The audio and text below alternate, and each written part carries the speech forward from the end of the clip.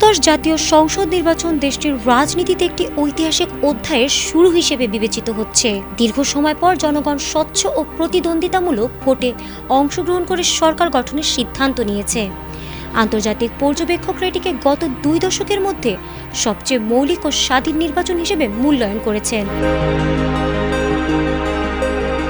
নির্বাচনে বিএনপি নেতৃত্বাধীন জোট নিরঙ্কুশ সংখ্যাগরিষ্ঠতা লাভ করেছে এবং উল্লেখযোগ্য বিজয় লাভ করে সরকার গঠনের পথে এগিয়ে গিয়েছে, যা তারেক রহমানকে দলের চেয়ারম্যান ও সম্ভাব্য প্রধানমন্ত্রী হিসেবে সামনে এনে দিয়েছে।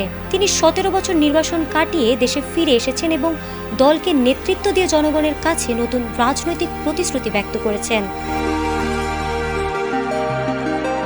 সরকার গঠনের আনুষ্ঠানিক প্রস্তুতি হিসেবে শপথ অনুষ্ঠানটি সম্ভাব্যভাবে 16 ফেব্রুয়ারি অনুষ্ঠিত হবে, যেখানে নবনির্বাচিত সংসদ সদস্যরা স্বীকৃতি ও দায়িত্ব গ্রহণ করবেন।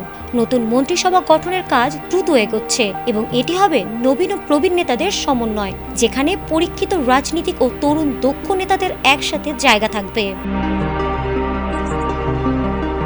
সূত্রমতে বিএনপি মহাসচিব মির্জা ফখরুল ইসলাম আলমগীর গুরুত্বপূর্ণ মন্ত্রণালয় পেতে পারেন, আর প্রবীণ নেতারা যেমন ডক্টর খন্দকার মোশাররফ হোসেন, গয়েশ্বর চন্দ্র রায়, নজরুল ইসলাম খান, আমির খসরু মাহমুদ চৌধুরী সহ আরও অনেকে বিভিন্ন দায়িত্বে থাকবেন।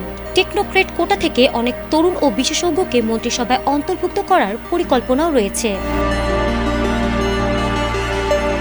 টেকনোক্রেট বলতে মূলত এমন ব্যক্তিদের বোঝানো হয় যারা সরাসরি ভোটে জয়ী হয়ে আসা সংসদ সদস্য নয়, কিন্তু তাদের বিশেষ দক্ষতা বা পেশাগত অভিজ্ঞতার কারণে মন্ত্রিসভায় অন্তর্ভুক্ত করা হয়। সংবিধান অনুযায়ী প্রধানমন্ত্রী চাইলে মন্ত্রিসভার মোট সদস্যের অনধিক 10 ভাগের 1 ভাগ সদস্য সংসদ সদস্য নন এমন ব্যক্তিদের মধ্য থেকে নিয়োগ দিতে পারেন। অন্যদিকে মিত্র দলের নির্বাচিত সংসদ সদস্যদের মধ্য থেকেও কয়েকজন মন্ত্রিসভায় স্থান পেতে পারেন এবং নির্বাচনে পরাজিত প্রার্থীদের মধ্য থেকেও কিছু দায়িত্বদানের টেকনোক্রেট কোটা বিবেচনা হচ্ছে।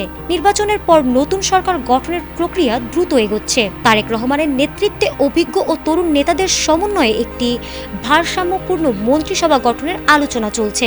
এখন অপেক্ষা শুধু শপথ গ্রহণ ও আনুষ্ঠানিক ঘোষণার, যা দেশের রাজনীতিতে নতুন অধ্যায়ের সূচনা করবে বলে মনে করছেন বিশ্লেষকরা। ফারহানা হক, এটিএন বাংলা।